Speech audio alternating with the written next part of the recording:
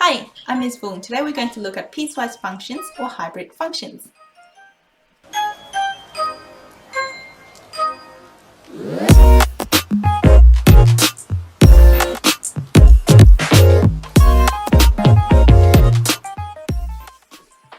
Piecewise defined functions are also called hybrid functions. They are functions which have different rules for different subsets of their domain.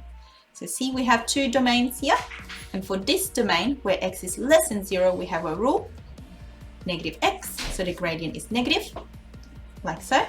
And for x is equal to 0 or greater than 0, we have the rule x, positive gradient, like so. So a hybrid function is made out of different rules for different sections of the graph.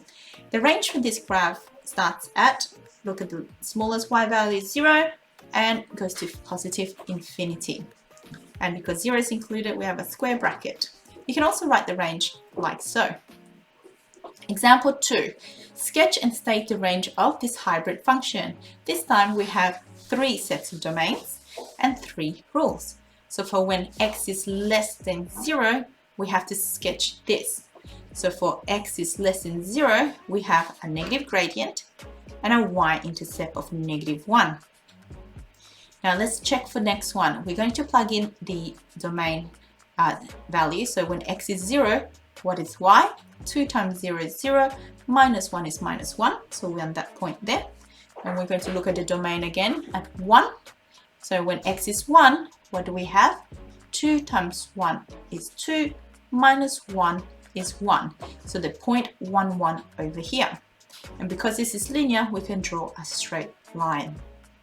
For the third set, where x is greater than 0, if it says greater than 0, we plug in greater than 1, we plug in that number to see where we're starting from. And remember, it's a hollow circle, but it's colored because of that middle rule over there. So when x is 1, we have square root of 1 is 1, so we do start from that point there, and we're drawing a square root graph, like so.